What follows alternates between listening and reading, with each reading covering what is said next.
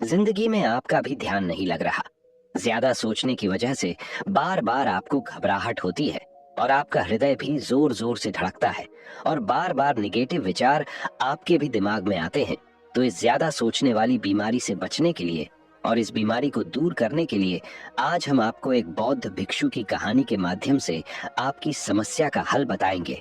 तो आज की इस कहानी को पूरा देखें ताकि आप भी इस कहानी को सुनने के बाद आपकी समस्या से छुटकारा पा सके। तो चलिए आज की कहानी की शुरुआत करते हैं। एक बार चीन के एक हिस्से में बहुत बड़ा मठ था जहां लगभग 500 भिक्षु रहते थे। वो सभी अपने गुरु के मार्गदर्शन में खुद को जानने का अभ्यास कर रहे थे। एक दिन एक लड़का उस मठ में शिष्य बनने के लिए आया। उसने मास्टर से कहा, मास्टर, मैं खुद को जानना चाहता हूँ। मैं सच की तलाश कर रहा हूँ। मैं पता लगाना चाहता हूँ कि सच क्या है। मास्टर ने उसकी ओर देखा और कहा कि अगर तुम सच जानना चाहते हो तो तुम्हें अपना पूरा जीवन दांव पर लगाना होगा।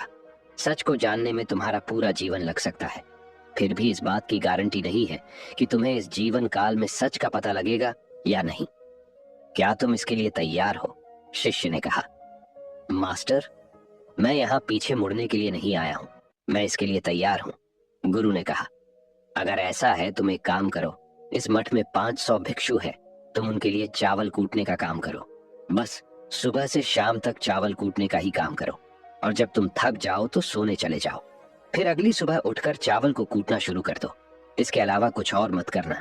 किसी और चीज के बारे में मत सोचना। बस इस रास्ते पर चलते रहना और दोबारा मेरे पास मत आना। जरूरत पड़ने पर मैं खुद तुम्हारे पास आऊंगा।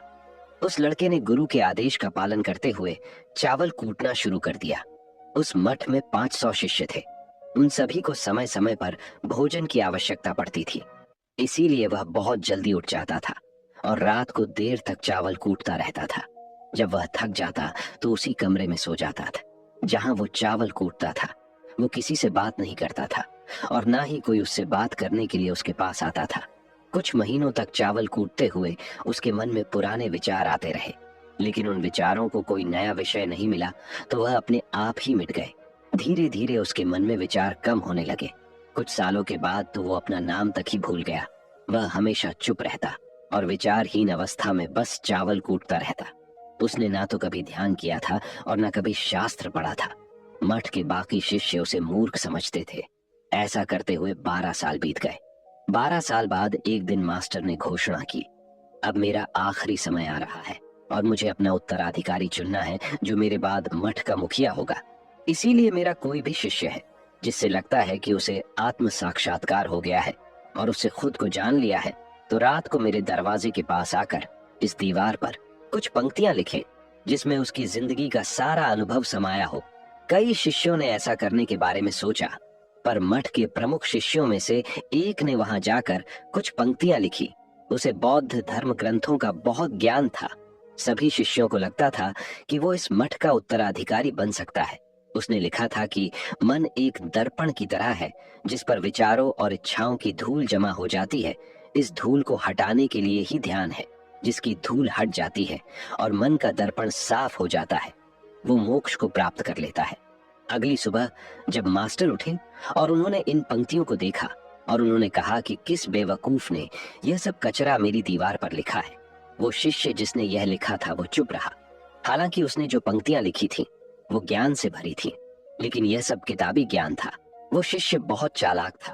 उसने पंक्तियां लिखी पर उसने नीचे अपने हस्ताक्षर नहीं किए, क्योंकि वो स्वयं इसके बारे में निश्चित नहीं था कि ये सही है या नहीं, क्योंकि उसे आत्म साक्षात्कार नहीं हुआ था। गुरु ने पंक्तियों को पूरी तरह से खारिज कर दिया। ये देखकर सभी हैरान रह गए। ये घटना पूरे मठ में चर्चा का विषय बन गई। इस विषय पर बात करते हुए 2 शिष्य उस शिष्य के पास से गुजरे जो 12 साल पहले यहाँ आया था और दिन रात चावल कूटता रहता था। दोनों की चर्चा सुनकर वह धीरे से हंस पड़ा। दोनों शिष्य ने उसे पूछा कि तुम क्यों हंस रहे हो? दोनों शिष्य की नजर में यह चावल कूटने वाला तुच्छ ही भिक्षु था। किसी ने उसे ना तो कभी ध्यान करते हुए देखा था, ना ही कभी शास्त्र पढ़ते हुए। हर कोई उसे मूर्ख समझता था जो बस चावल को ही जानता था। उस मठ में बहुत बड़े बड़े विद्वान थे, लेकिन उस चावल कूटने वाले को किसी से कोई मतलब नहीं था। इसीलिए वह दोनों शिष्य उसे मुस्कुराता हुआ देखकर चकित रह गए। उन्होंने फिर उससे पूछा कि तुम क्यों हंस रहे हो। उसने जवाब दिया, मैं इसीलिए हंसा कि मास्टर सही बोल रहे हैं। ये सब पंक्तियां कचरा है, इन पंक्तियों का कोई मूल्य नहीं है। वो दोनों शिष्य चौंक गए। उन्होंने उसे पूछा कि क्या तुम ऐसी पंक्तियां लिख सकते हो जो इससे भी बेहतर हो। चावल पीसने वाले ने जवाब दिया, नहीं, क्योंकि मैं अनपढ़ हूं, लेकिन हाँ, मैं कुछ पंक्तियां कह सकता हूं। अगर तुमने उन पंक्तियों को तुम लिख सकते हो तो मैं तुम्हारे साथ जाने के लिए तैयार हूं। उन दोनों शिष्यों ने कहा, ठीक है। वे मास्टर के कमरे के पास गए और चावल कूटने वाले ने कुछ पंक्तियां बोली और दूसरे शिष्य ने उस दीवार पर लिख दिया और उन पंक्तियों के नीचे लिख दिया कि चावल कूटने वाला। उन्हें लगा कि मास्टर इस पर भी गुस्सा करेंगे। जो पंक्तियों उसने लिखने के लिए कहा था बहुत अद्भुत थी और वो पंक्तियां थी, मन तो बस एक का भ्रम है ना, तो मन है, ना ही मन का कोई दर्पण है। और जब मन ही नहीं है तो धूल कहाँ ठहरेगी। जो ये जानता है वो सच को जान गया। जब गुरु ने ये पंक्तियां देखी तो वे आधी रात को उठे और चावल कूटने वाले के पास गए। वह सो रहा था। मास्टर ने उसे जगाया और कहा कि ये लो, मेरी छड़ी और मेरे वस्त्र ले लो। आज से तुम मेरे उत्तराधिकारी हो, लेकिन इस मठ को छोड़कर कहीं दूर चले जाओ, क्योंकि इस मठ में बहुत सारे विद्वान हैं जो खुद को तुमसे ज्यादा श्रेष्ठ मानते हैं और वो तुम्हें मार देंगे। वो इस बात को बर्दाश्त नहीं कर सकते कि एक साधारण सा चावल कूटने वाला उनसे ज्यादा विद्वान निकला। तुम्हें वह सारा ज्ञान हो गया है जो मुझे है। तुम्हें यह सारा ज्ञान चावल कूटते कूटते हुआ है और मुझे पता है कि तुम जहां भी जाओगे लोग तुम्हारे पास आने लगेंगे, क्योंकि जब कोई फूल खिलता है तो उसकी महक हर तरफ फैलने लगती है। उसने अपने गुरु के पैर छुए और रात को ही वहां से चला गया। अगर हम अपनी जिंदगी में देखें तो पाएंगे बहुत से लोग सोचते हैं कि ध्यान केवल एक ही जगह बैठकर आंखें बंद कर कर ही किया जा सकता है, लेकिन हकीकत में ऐसा नहीं है। ध्यान तो चलते चलते भी किया जा सकता है। अपना कुछ काम करते हुए भी ध्यान किया जा सकता है। असल में ध्यान का मतलब यह है कि आप जो भी काम कर रहे हैं उसे अपनी शिद्दत से करें कि आपको आपके शरीर का ख्याल भी ना रहे। बिल्कुल उस चावल पीसने वाले की तरह जो चावल कूटने में इतना मग्न हो गया कि उसको खुद का कोई ख्याल ही नहीं रहा। उसने चावल कूटते हुए ही उसने आत्म साक्षात्कार प्राप्त कर लिया। हर समय वर्तमान में रहना और कुछ नहीं सोचना। मन तब तक ही है जब तक विचार है। जब विचार ही नहीं रहेंगे तो मन भी गायब हो जाएगा। जब मन ही नहीं रहेगा तभी तुम अपने आप को अच्छे से जान पाओगे। असल में हमें अपने वास्तविक रूप को जानने के लिए कोई अन्य साधना करने की आवश्यकता नहीं है। हम जो कुछ भी कर रहे हैं बस उसमें हमें पूरी तरह से खो जाने की जरूरत है। अपने काम में इस कदर से लीन हो जाओ कि आपका काम भी ध्यान बन जाए। ज्यादा सोचने वाले लोगों के लिए दूसरी रहस्यमयी कहानी अब हम आपको बताएंगे। तो चलिए कहानी की शुरुआत करते हैं। एक गांव में एक आदमी रहता था जो ताले तोड़ने के मामले में एक्सपर्ट था। यानी कि जहां कहीं भी ताले तोड़ने की बात आती थी या लॉक को खोलने की बात आती थी तो उसका नाम सबसे पहले लिया जाता था। एक दिन कुछ समझदार लोगों ने उसकी परीक्षा लेनी चाहिए और उसको बता दिया गया कि आपको इस जगह पर इस तारीख को आना है और ताले को तोड़ना है। जब वह समय के अनुसार तय दिनांक को वहां पहुंच गया तो उसको प्रतियोगिता के नियम समझा दिए गए। आपको एक बॉक्स में बिठा दिया जाएगा और उस बॉक्स को पानी में उतार दिया जाएगा। आपको ताला खोलकर बाहर आना होगा। इस बीच आपको लगता है कि लॉक आपसे नहीं खुल पाएगा तो आप इमरजेंसी बटन को दबा सकते हैं और ऊपर आ सकते हैं, लेकिन आप प्रतियोगिता में हार जाएंगे। उसने सभी नियमों की हाँ कर दी और पानी में चला गया। जैसे ही वह पानी में पहुंचा तो उसने जेब में से एक तार निकाला और लॉक को खोलने की कोशिश करने लगा। 4 से 5 बार कोशिश करने के बाद वह बार बार विफल हो रहा था, लेकिन उससे लॉक नहीं खुल रहा था। अब ज्यादा समय तक पानी में रहना उसके लिए और भी मुश्किल था, क्योंकि सांस रोकना आसान नहीं था। फाइनली उसने अपना पूरा दिमाग लगाया और एक बार अंतिम प्रयास किया। वह विफल हुआ और उसने इमरजेंसी बटन दबा दिया। धीरे धीरे ऊपर आने लगा। पानी के ऊपर आए बॉक्स को बाहर निकाला गया और हल्का सा धक्का देकर खोला गया। वह अचंभित हो गया कि एक बार भी मेरे दिमाग में यह ख्याल क्यों नहीं आया कि मैं इसको धक्का देकर खोलूं। हो सकता है कि ये लॉक ही ना हो। तो यही होता है, जब हम भी बहुत ज्यादा सोचते हैं तो इसका खामियाजा हमें भुगतना पड़ता है। कभी कभी ना सोचने से भी जवाब मिल जाता है। इसलिए किसी ने कहा है कि जो कुछ नहीं करते वह कमाल करते हैं। जी हाँ दोस्तों, यह बात बिल्कुल सही है। कभी कभी दिमाग को जब हम शांत रखते हैं और ठंडे दिमाग से सोचने की कोशिश करते हैं तो हमें बेहतर समाधान मिल जाता है। अब हम आपको बताएंगे कि ज्यादा सोचने की यह बीमारी के मुख्य कारण क्या है, जिससे आपको ज्यादा सोचने की बीमारी हो जाती है। अत्यधिक सोच के कुछ मुख्य कारण। पहला कारण, वर्तमान से ज्यादा भूतकाल या भविष्य के बारे में ज्यादा चिंता करना। आप जो काम अभी कर रहे हैं उससे ध्यान हटाकर अपना ध्यान बीते हुए समय या आने वाले समय पर लगाएंगे तो आप ओवर थिंकिंग के शिकार होते जाएंगे। दूसरा कारण, काम का ज्यादा तनाव होना। जब वर्कलोड ज्यादा होता है तो दिमाग भी तेजी से चलने लगता और यह तनाव का रूप ले लेता है और दिमाग में वो विचार भी आने लगते हैं तो काम से संबंधी नहीं है और लोग ओवर थिंकिंग के शिकार हो जाते हैं। तीसरा कारण, डर का बना रहना। जब व्यक्ति के अंदर डर होता है, जैसे नौकरी छूट जाने का डर, प्रमोशन न होने का डर, काम में असफल हो जाने का डर, पैसे न मिलने या डूब जाने का डर, व्यक्ति इस डर को लेकर कल्पना करता रहता है। भले ही ऐसा न होने वाला हो, लेकिन धीरे धीरे यह डर उसे जरूरत से ज्यादा सोचने पर मजबूर कर देता है। चौथा कारण, कॉन्फिडेंस की कमी।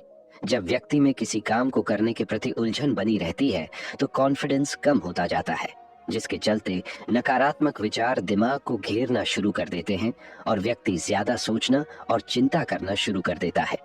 पांचवा कारण, चीजों के बारे में सकारात्मक से ज्यादा नकारात्मक विचार। जब व्यक्ति छोटी छोटी बातों के नकारात्मक पहलू के बारे में ज्यादा सोचना शुरू कर देता है तो धीरे धीरे व्यक्ति ओवर थिंकिंग का शिकार होता जाता है। क्या ओवर थिंकिंग यानी अत्यधिक सोच से छुटकारा पाया जा सकता है? तो इसका जवाब है जी बिल्कुल।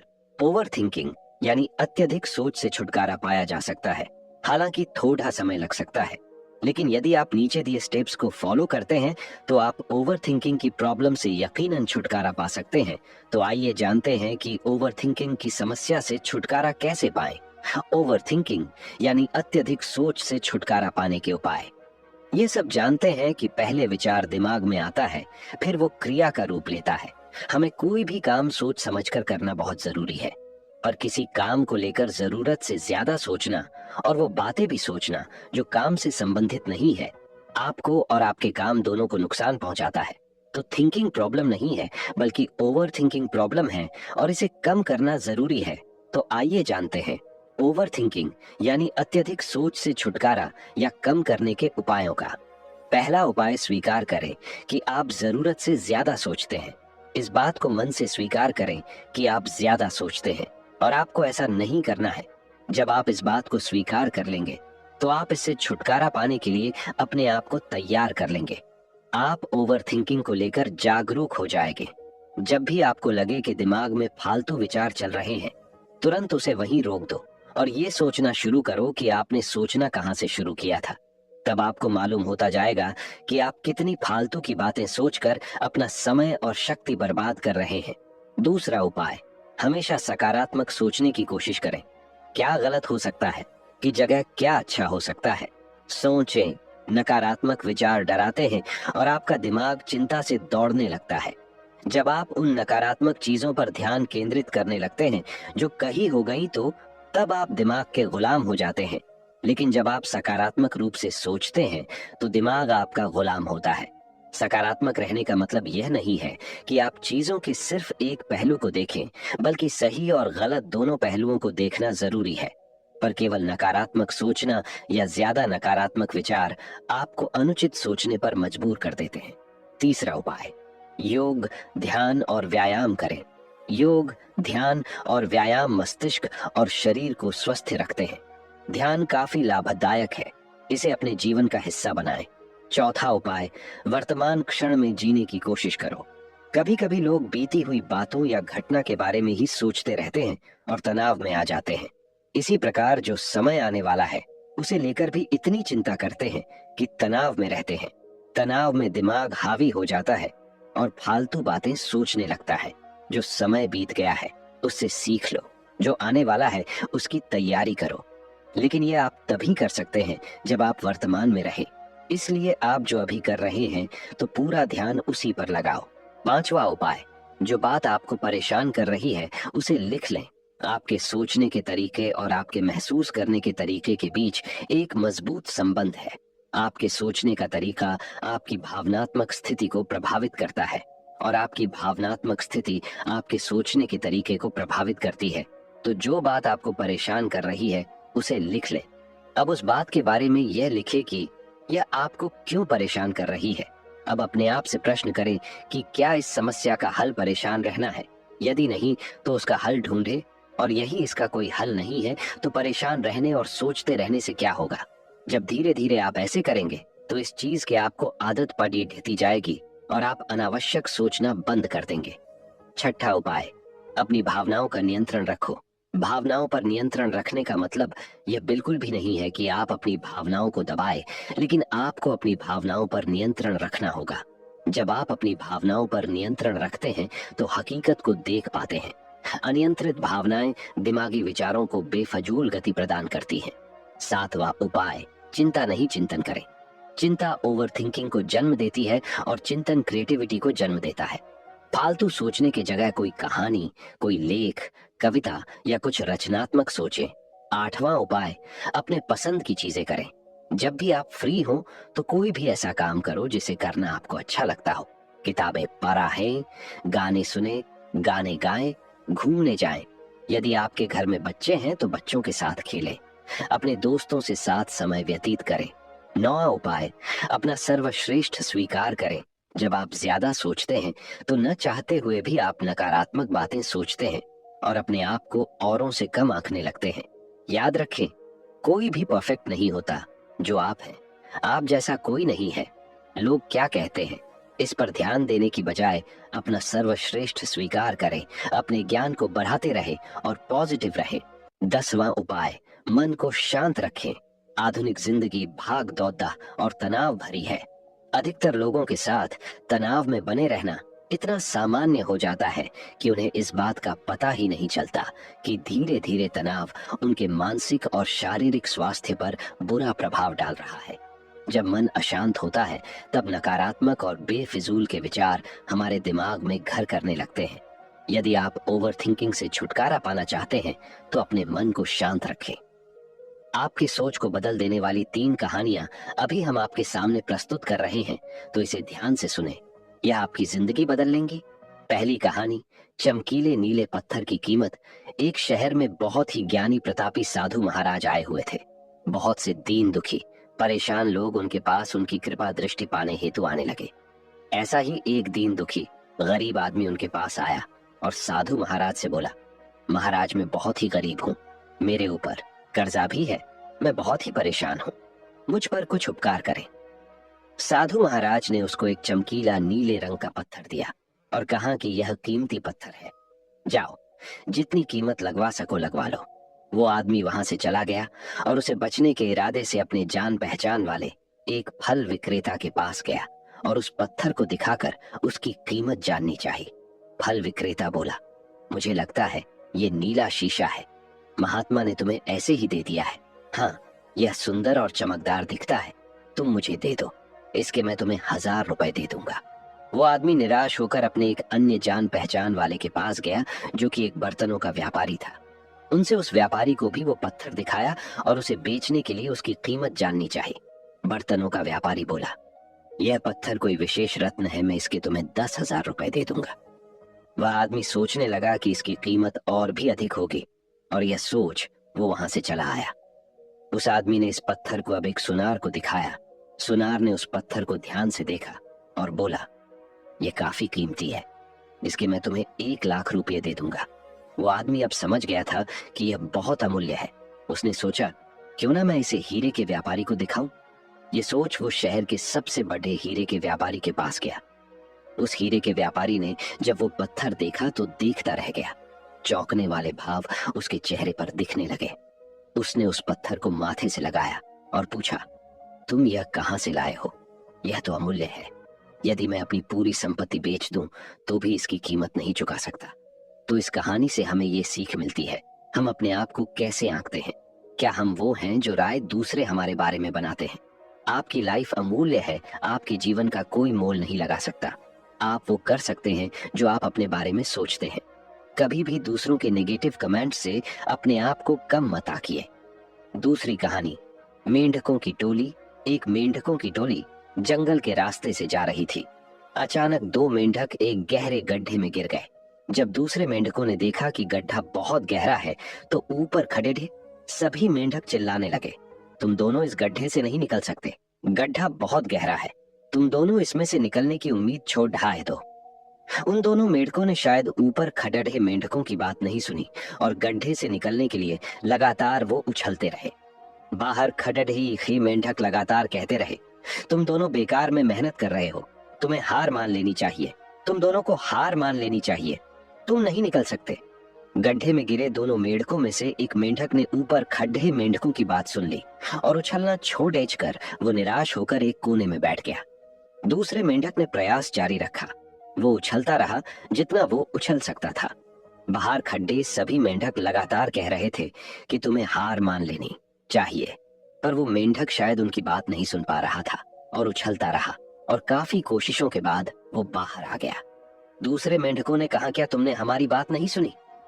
उस मेंढक ने इशारा करके बताया कि वो उनकी बात नहीं सुन सकता क्योंकि वो बहरा है, सुन नहीं सकता, इसलिए वो किसी की भी बात नहीं सुन पाया। वो तो यह सोच रहा था कि सभी उसका उत्साह बढ़ा रहे हैं। इस कहानी से हमें यह सीख मिलती है कि 1. जब भी हम बोलते हैं उनका प्रभाव लोगों पर पेटी है, इसलिए हमेशा सकारात्मक बोलें। 2. लोग चाहे जो भी कहें, आप अपने आप पर पूरा विश्वास रखें और सकारात्मक सोचें।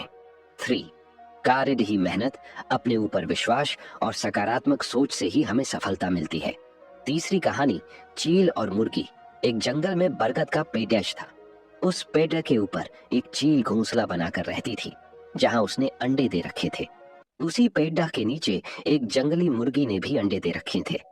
एक दिन उस चील के अंडों में से एक अंडा नीचे गिरा और मुर्गी के अंडों में जाकर मिल गया। समय बीता, अंडा फूटा और चील का बच्चा उस अंडे से निकला और वह यह सोचते बड़ा हुआ कि वो एक मुर्गी है। वो मुर्गी के बाकी बच्चों के साथ बढ़ा हुआ। वह उन्हीं कामों को करता जिन्हें एक मुर्गी करती है। वो मुर्गी की तरह ही कुड्डाता, जमीन खोद कर दाने चुगता और वो इतना ही ऊंचा उधर डाक पाता जितना कि एक मुर्गी उधर डाकती है। एक दिन उसने आसमान में एक चील को देखा जो बड़ी शान से उधर डाक रही थी।